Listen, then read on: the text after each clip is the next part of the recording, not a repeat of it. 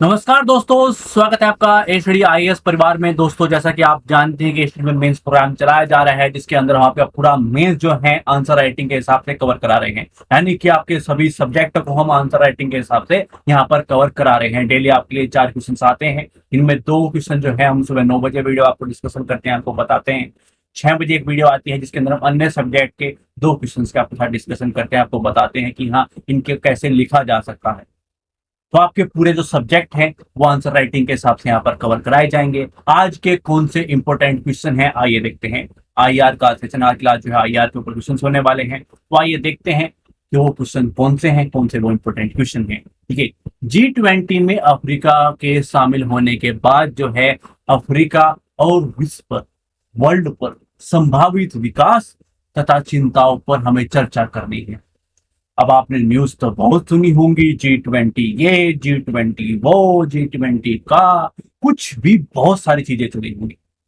वहां पर ये हुआ, उन्होंने डांस किया, उन्होंने ऐसा किया, उन्होंने वैसा किया, पाकिस्तान ये रिएक्शन कर रहा है, वो रिएक्शन कर रहा है, बहुत सारी चीजें हुई होंगी।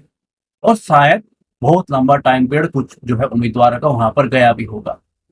ठीक है, बहुत सारे एजुकेशन वीडियो भी बनाई गई हैं एजुकेशन चैनल्स द्वारा कि ये वो इस तरह की चीजें जो करंट संबंधित हैं, जो आपको नॉलेज दे रही हैं, आपके करंट इश्यूज को कवर कर रही हैं, वो तो अच्छी है। मगर जिन्होंने सिर्फ व्यूज के लिए ये, उन्होंने डांस किया, उन्होंने ये किया, उन्होंने ये किया, हमारे लिए महत्वपूर्ण, क्या वो वाकई इंपॉर्टेंट था आपके लिए?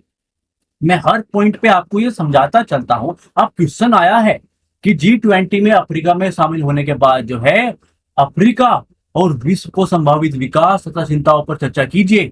अब क्या ये क्वेश्चन जो आपके सामने है आंसर दे पाओगे?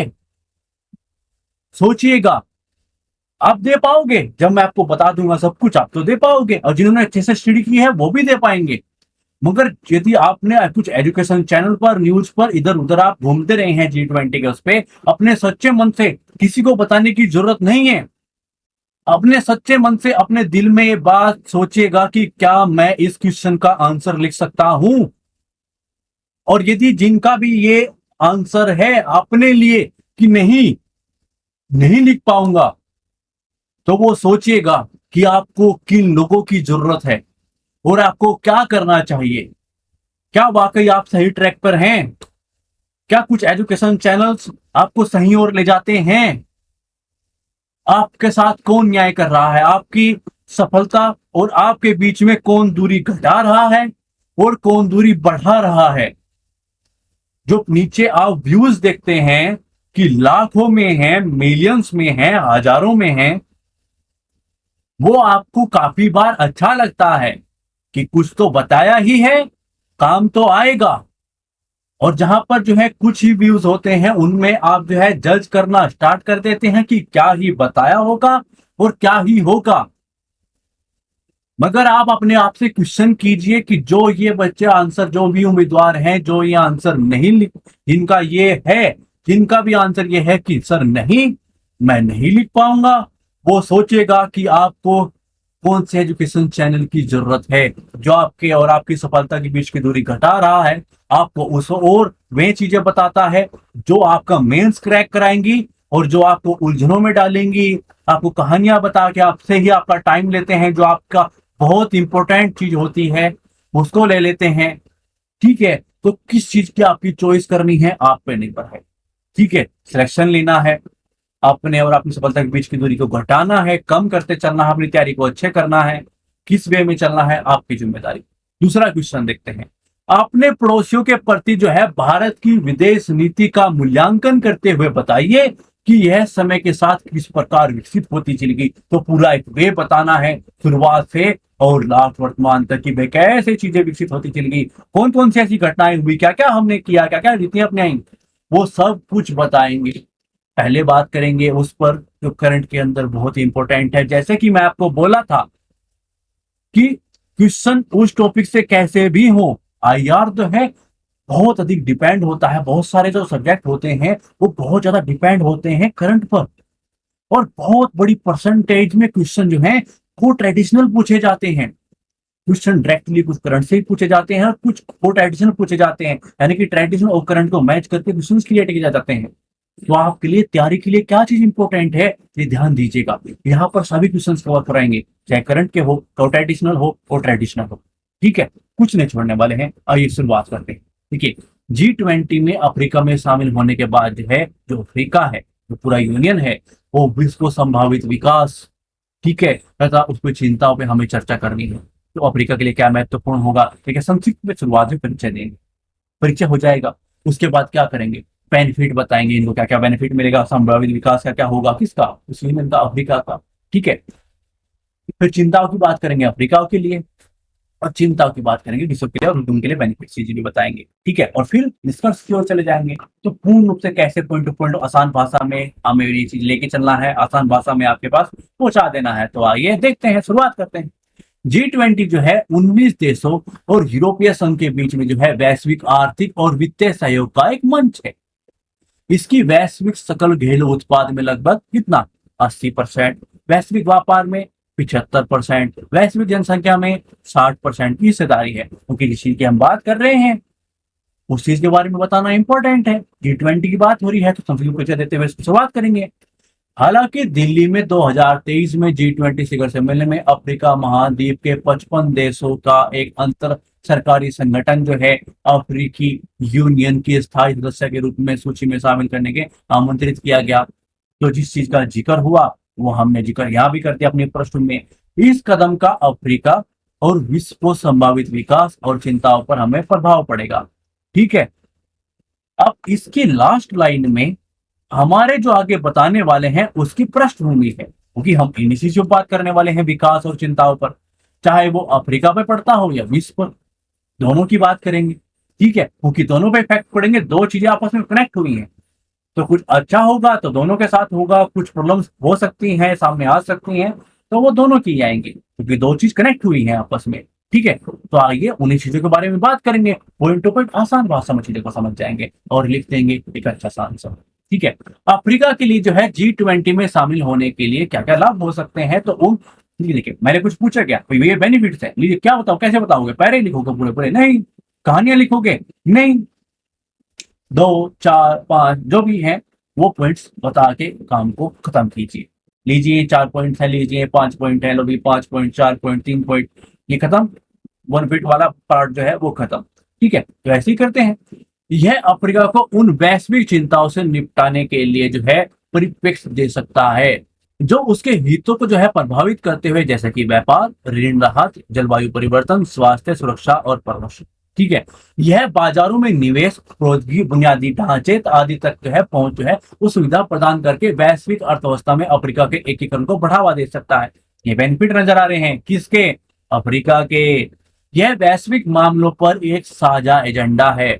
स्थिति को बढ़ावा देकर अफ्रीका देशों के बीच जो है क्षेत्रीय सहयोग और एकजुटता को बढ़ावा दे सकता है। ठीक है, यह अफ्रीका का जो है विकासात्मक चुनौतियों से निपटाने और सतत विकास लक्ष्य को प्राप्त करने के अन्य G20 सदस्यों को सर्वोत्तम प्रथाओं और अनुभव सीखने के में सक्षम बना सकता है। ठीक है, ये क्या हो गए, ये कुछ बेनिफिट्स हो गए। अब किस चीज पे बात करेंगे, कुछ चिंताओं पर, कुछ तो प्रॉब्लम्स हुई होंगी और कुछ होंगी, तो उन पे बात करते हैं। देखिए, इससे वैश्विक सार्वजनिक वस्तुओं में योगदान करने, अंतरराष्ट्रीय मापदंडों और मानकों का अनुपालन करने के लिए अफ्रीका की जिम्मेदारी और जवाबदेही को बढ़ावा मिल सकता है। तो ये चिंताएं हो सकती हैं। ठीक है, इसमें अफ्रीका बाहरी दबाव और प्रभाव के संपर्क में आ सकता है, जो कि जो है प्राथमिकता और मूल्यों के जो है अनुरूप नहीं हो सकते। तो ये भी चिंताएं हैं। इससे वैश्विक मुद्दों पर जो है विभिन्न हितों और दृष्टिकोण के कारण जो है अफ्रीका देशों के बीच जो है आंतरिक विभाजन और संघर्ष पैदा हो सकता है। ये क्या है, ये चिंताएं हैं। G20 में अफ्रीका के शामिल होने के बाद विश्व पर कुछ प्रभाव हो सकते हैं, उनको देख लेते हैं। देखिए, यह विश्व के गरीब और सबसे अधिक जलवायु संवेदनशील क्षेत्र के विचारों और आकांक्षाओं और प्रतिनिधित्व करके जो है G20 की विविधता एवं वैधता को समृद्ध कर सकता है। ठीक है, यह गरीब, असमानता, आतंकवाद, महामारी आदि से निपटने जैसी जो आम चिंताएं होती हैं, जो चुनौतियां हमारे सामने होती हैं, उनको अवसरों और G20 तथा अफ्रीका के बीच जो है आपसी समझ और सहयोग को बढ़ावा दे सकता है। ये क्या है, ये इफेक्ट पड़ रहे हैं किस चीज के, अभी तक हमने अफ्रीका के देखे, अब अफ्रीका कनेक्ट होने के बाद हमने कुछ चीजें उस चीज की ओर देख रहे हैं। तो दोनों ही चीज देखनी इंपॉर्टेंट है।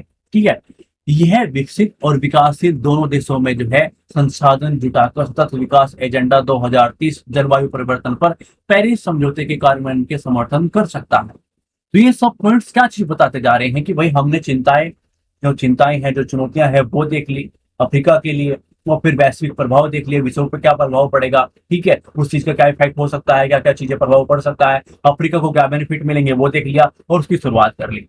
ठीक है, अब बात करते हैं निष्कर्ष की। देखिए, इसलिए यह निष्कर्ष निकाला जा सकता है कि अफ्रीका जो है G20 में शामिल एक ऐतिहासिक और महत्वपूर्ण विकास है। ठीक है, जिसमें अफ्रीका विश्व के लिए जो है अवसर और चुनौतियां दोनों है। इससे नई साझेदारी लाभों और अधिकतम करने और चुनौतियों को कम करने हेतु सभी हितधारकों को संतुलित और रचनात्मक दृष्टिकोण अपनाने की आवश्यकता है। ठीक है, ऐसे आप अपना निष्कर्ष दे सकते हैं। अब आप बताइए कि जो क्वेश्चन आपने अभी देखा और पिछले कुछ टाइम पीरियड में जो न्यूज है, जो एजुकेशन चैनल पे जो वीडियो आप देख रहे थे, कौन सी चीज अच्छी है? ये आपकी मेंस में आपकी हेल्प करेगी कि हाँ, एक क्वेश्चन मुझे मिल गया। और इसी टाइप के बहुत सारी चीजें आएंगी, कुछ भी घटना होगी उसको हम क्वेश्चन के माध्यम से कवर करेंगे। कोई चीज आपस में जुड़ी है, कितनी बड़ी चीज थी, आपको न्यूज मिली होगी अफ्रीका जुड़ गया, ऐसी चीजें ये चीजें हो गई। क्या आप इसका आंसर लिख सकते थे? जिन जिनका नहीं था वो समझ जाइए कि आपको किन के साथ कैसे जुड़ने की जरूरत है। ठीक है, और प्लीज बस हम आपको यही रिक्वेस्ट करते हैं, यहाँ पर फ्री में सब कुछ आपको प्रोवाइड होगा, चाहे वो मेंस के सब्जेक्ट प्रॉपर पढ़ाने हो या आंसर राइटिंग के हिसाब से सब्जेक्ट कवर कराने हो या कुछ भी अन्य चीज जो आपके लिए महत्वपूर्ण है। ठीक है, बस आपको इतना करना है। हम आपसे रिक्वेस्ट करते हैं कि जैसे मैं आपको शुरुआत में बोलता हूँ कि श्री परिवार में आपका स्वागत है। ठीक है, तो वो परिवार, आप हिस्सा हो उस परिवार का, तो परिवार के जो जिम्मेदार आप नागरिक हो। ठीक है, तो प्लीज आप एक सदस्य होने के नाते प्लीज वीडियो को शेयर कर दीजिए। एक अच्छे नागरिक होने के बाद है कि भाई उन लोगों तक भी ये चीजें पहुंच जाए जिनको वाकई इस चीज की जरूरत है, वो कहानियों में कहीं उलझे हुए हैं, उनको ये चीज मिल जाए कि उनके पास पैसा नहीं होता है, वो 10,000, 15,000, 5,000, 18,000, 25,000 किसी को नहीं दे सकते हैं आंसर राइटिंग के लिए। ठीक है, सबके पास पैसा नहीं होता है, तो उनकी हेल्प हो सके तो प्लीज बस आपसे ये रिक्वेस्ट है कि वीडियो को शेयर कर दीजिए। आइए अगला क्वेश्चन देखते हैं। अपने पड़ोसियों के प्रति जो है भारत की विदेश नीति का मूल्यांकन हमें करना है, उसको करते हुए क्या बताना है कि समय के साथ वो किस प्रकार विकसित हुई। अब विकसित कैसी हुई है, तो चीजें बेसिक से लेके और एडवांस तक चलेंगे। पहले पृष्ठभूमि देख लेते हैं। देखिए, भारत की विदेश नीति जो है 75 वर्षों में कई चरणों के माध्यम से विकसित हुई है। इसके पड़ोसी देशों और इसकी जो विदेश नीति को जो आकार देने में महत्वपूर्ण भूमिका निभाते हैं। भारत, पाकिस्तान हमारा नटखट जो है भाई है। ठीक है, नटखट क्या, बेकार घटिया भाई है। ठीक है, नेपाल, भूटान, चीन, बांग्लादेश सहित जो है कई देशों के साथ अपनी स्थल सीमा साझा करता है। श्रीलंका, मालदीव और इसके साथ जो है समुद्री सीमाएं भी साझा करता है। अपने पड़ोसियों के प्रति जो है भारत की विदेश नीति पिछले कुछ वर्षों में महत्वपूर्ण रूप से विकसित हुई है। एक क्या हुई, पृष्ठभूमि लिख दी। अब आगे पॉइंट टू पॉइंट बात करते हैं। क्या भाई, शुरुआत से चलेंगे और उस और चीजों को लेके चलेंगे जहां पर हमें इंपॉर्टेंट है, जैसे चीज को वे होना चाहिए, point two point, point two point, ये पॉइंट इस चीज के लिए, ये पॉइंट इस चीज के लिए। तो पृष्ठभूमि शुरुआत से लेके ऐतिहासिक सिस्टम से लेके और वहां तक लेके जाएंगे जो आगे बीच में जो चेंजेस हुए और फिर किस और मुड़ गए। ठीक है, उसने विकसित होना पूछा है, वे आइए विकसित दिखाते हैं कि हमारी पूरी विदेश नीति पूरे सिस्टम को विकसित होने को एक सिंगल क्वेश्चन के अंदर कैसे इन्वॉल्व किया जाता है। बहुत सारी चीजें आप इस चीज से सीखते हैं। ठीक है, ऐतिहासिक पृष्ठभूमि की बात करें तो अपने पड़ोसियों के प्रति जो है भारत की विदेश नीति इसकी ऐतिहासिक विरासत से प्रभावित रहती है। भारत लंबे समय से जो है दक्षिण एशिया में एक क्षेत्रीय शक्ति रहा है, जिसका सांस्कृतिक, आर्थिक, राजनीतिक प्रभाव इसकी सीमाओं से परे है। इन क्षेत्रों में भारत के प्रभाव का पता जो है वो मौर्य साम्राज्य से लगाया जा सकता है, जिनमें तीसरी शताब्दी ईसा पूर्व जो है दक्षिण एशिया के एक बड़े क्षेत्र पर शासन किया था। ठीक है, अपने पड़ोसियों के प्रति जो है उसके साथ में जो है पड़ोसियों के साथ में भारत के सांस्कृतिक और धार्मिक संबंध जो है, उनके साथ में क्या क्या संबंध है, सांस्कृतिक और धार्मिक जो संबंध है इसकी विदेश नीति को आकार देने में महत्वपूर्ण कारक होते हैं। ये इनकी ऐतिहासिक सिस्टम था, एक प्रवाह था कि हाँ चीजें शुरुआत हुई, एक प्रवाह दे दिया, एक पृष्ठभूमि दी उस चीज को। और स्वतंत्रता के बाद किस तरह की चीजें हुई, ये प्राचीन अपनी ऐतिहासिक चीजें देखी कि भाई मौर्य सिस्टम तो ऐसी चीजें थी, थोड़ा सा हल्का था, क्योंकि वर्डिंग की लिमिट होती है कि आपको 150 में लिखना है, 250 में लिखना है, कि 100 में लिखना है, कि 120 में लिखना है। यदि आप आईएएस और पीसीएस की तैयारी कर रहे हो तो 150 या 250 में लिखोगे, आप किसी पीसीएस की तैयारी कर रहे हो तो 100-120 में। ठीक है, तो वो ध्यान दीजिएगा, आप स्टेट पीसीएस की तैयारी कर रहे हो या आईएएस की तैयारी कर रहे हो, हमारे लिए दोनों ही इंपॉर्टेंट है। आपको सभी को वो चीजें पॉइंट अपने वर्डिंग के हिसाब से चीजों को देखिएगा, क्योंकि इतनी बड़ी ऐतिहासिक सिस्टम है तो उसको छोटे से 5-4 2-4 लाइन के अंदर कैसे निकाला जाता है। ठीक है, वो लिखना बहुत इंपॉर्टेंट है। आपके पास नॉलेज होगी मगर उस नॉलेज को प्रस्तुत करना एक अलग चीज होती है। ठीक है, स्वतंत्रता के बाद की अवधि की बात करें तो वर्ष 1947 में भारत को ब्रिटिश औपनिवेशिक शासन से स्वतंत्रता मिलने के बाद जो है इसे अपने पड़ोसियों के प्रति अपनी विदेश नीति में कई चुनौतियों का सामना करना पड़ा था। पाकिस्तान के साथ जो है भारत का संबंध संघर्ष, ठीक है, प्रतिद्वंदिता वाला रहा है। ठीक है, दोनों देशों के बीच जो है कई युद्ध हुए, जिनमें वर्ष 1965 का युद्ध, 1971 का युद्ध, 1999 में जो है कारगिल का युद्ध हुआ था। ठीक है, वर्ष 1962 में चीन और भारत के बीच का युद्ध हुआ था। ठीक है, अपने अन्य पड़ोसियों जैसे कि नेपाल, भूटान, बांग्लादेश के साथ जो है भारत के संबंध अपेक्षाकृत स्थिर रहे। भारत में नेपाल के साथ जो है घनिष्ठ संबंध बनाए रखे, जो भारत के साथ एक लंबी सीमा साझा करता है। भारत में भूटान आर्थिक व सैन्य सहायता भी प्रदान की है। भारत की सुरक्षा के लिए रणनीतिक रूप से वो महत्वपूर्ण भी है। आप जानते हैं, जो थोड़ा सा अच्छे से पढ़ते हैं वो जानते होंगे भूटान हमारे लिए कितना महत्वपूर्ण है। ठीक है, भारत ने वर्ष 1971 में बांग्लादेश की स्वतंत्रता में महत्वपूर्ण भूमिका निभाई थी। ठीक है, 93,000 कुछ सैनिकों को, जो अपने आप को बहुत तोप मानते हैं, जो बोलते हैं कि हम परमाणु बम मार देंगे, कुछ उस टाइम जो है बैठे हुए थे घुटनों के बल पर। ठीक है, तो वो याद रखिएगा उनकी औकात क्या है। जो कुछ हाल ही में किस तरह के कृत्य की गए हैं कुछ आतंकवादियों द्वारा, बहुत ही घटना निंदनीय, उनकी जो भी कर सकते हैं कि मैं वर्ड नहीं है मेरे पास उनकी निंदा करने के लिए, मैं यहाँ पर उनको कुछ गलत नहीं बोल सकता हूँ आप लोगों के सामने। मगर आपने हाल ही में कुछ न्यूज सुनी होगी, और ये किस किस की चीज का पीछे हाथ होता है, पाकिस्तान का। वो हमेशा से ही गंदगी मचाते आया है। उसने जम्मू कश्मीर, जिसको बोला जाता है कि वो स्वर्ग है, उसको नरक बना के रख दिया है। डेली आप इस तरह कुछ घटनाएं देखेंगे कि वहां पर क्या हालात मिटा के रखी है। नहीं तो उनके पास सबसे ज्यादा पैसा होता। क्यों? क्योंकि वहां पर लोग घूमने के लिए जाते हैं, पर्यटन है वहां पर, पर्यटन पूरा, इतना भीड़ रहती वहां पर, मॉल होते, बहुत सारी चीजें होती वहां पर, इतनी भीड़ हुआ करती वहां पर। उन्होंने उसी का नरक बना के रख दिया है। और जो किया है हमारे फौजियों के साथ वो बर्दाश्त नहीं किया जाएगा, इसका जवाब दिया जाएगा। ये जो गंदगी भरी हुई है, इतना गंदा कंट्री है जिसके पास खाने के लिए कुछ नहीं है, आटा नहीं है, कुछ भी चीजें नहीं है, बस उसको गंद मिटाना है। और गंद ही, वो गंदा इंसान होता है ना, वो कीचड़ जो है गंद ही मिटाता है, और वो कीचड़ है, पोटी है, वो आर्मी एक पोटी है। 93,000 घुटनों के बल पर बैठे हुए थे तुम लोग, और ये हरकतें करते हैं। वहां पर जो है दिन दहाड़े आतंकवादियों को भेजते हैं, छुप कर गोलियां चलाते हैं। गीदड़ है ना, वो गीदड़ों वाली हरकतें करते हैं। कुछ हमारे सैनिकों को आघात किया है, शहीद हो गए हैं, पीछे से आते हैं, छुप के मारते हैं। इतना दम है तो युद्ध लड़ लो, और 4-5 लड़ भी चुके हो तो पता है आपकी औकात क्या है। आपकी बात लड़ोगे तो पूरा पाकिस्तान ही खत्म हो जाएगा। कुछ इस तरह की हरकतें होती है ना जिसपे गुस्सा बहुत ज्यादा आता है। मगर वो होता है ना कि कीचड़ में पत्थर मारोगे तो कीचड़ ही उड़ेगा, क्योंकि वो खुद एक कीचड़ है। वो 93,000 घुटनों के बल पर बैठे हुए थे। वो चीज उस दिन समझ में आ गई थी कि इन अपने बाप के साथ तो नहीं लड़ सकते। बस करना क्या है, आप इस तरह की कुछ गंदगियां फैलाओ, क्योंकि हम गंदे लोग हैं, गंदगियां ही फैलाएंगे। ठीक है ना, तो इन गंदे लोगों को छोड़ते हुए आगे बढ़ते हैं, क्योंकि आपको आईएएस बनना है, देश की सेवा करनी है, पीसीएस बनना है, जो जिस चीज की आप तैयारी कर रहे हैं, आपको बन के अपने देश को संभालना है, देश की सेवा करनी है, अपने देश को पीक पॉइंट पे लेके जाना है। उसमें आपका भी कुछ योगदान हो, कुछ उसकी ओर चलिए। ठीक है, अपने पड़ोसियों के प्रति जो है भारत की विदेश नीति का विकास, यानी कि शीत युद्ध के बाद की अवधि में अपने पड़ोसियों के प्रति भारत की विदेश नीति में महत्वपूर्ण परिवर्तन हुए।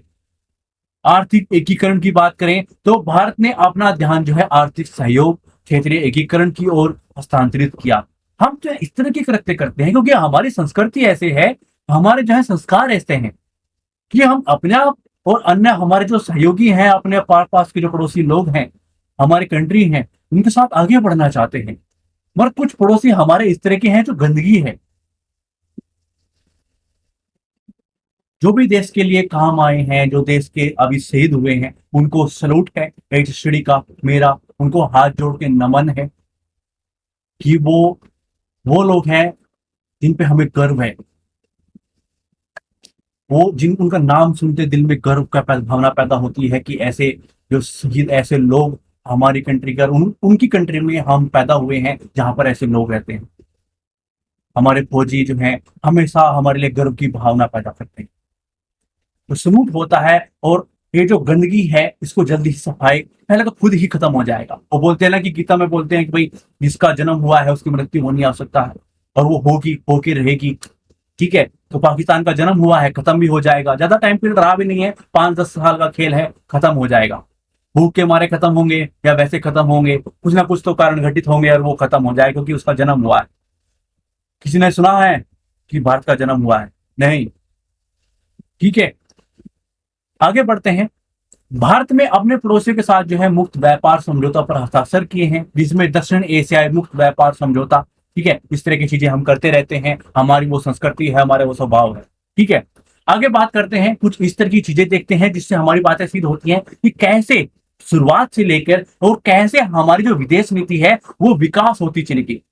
उसका विकास, उनके कुछ वो पॉइंट, कैसे कैसे वो चीजें चेंज हुई, कैसे कैसे हमारे पड़ोसी हैं, किन के साथ हमारी अच्छी, किसी के साथ ठीक है, किन के साथ हमारी क्या क्या चीजें हुई, और फिर हमने क्या क्या रणनीतियां अपनाई, उनके साथ हम वो चीज पॉइंट बताते हुए आगे बढ़ेंगे और बताते चलेंगे कि हमारी जो विदेश नीति है उसका विकास कैसे हुआ।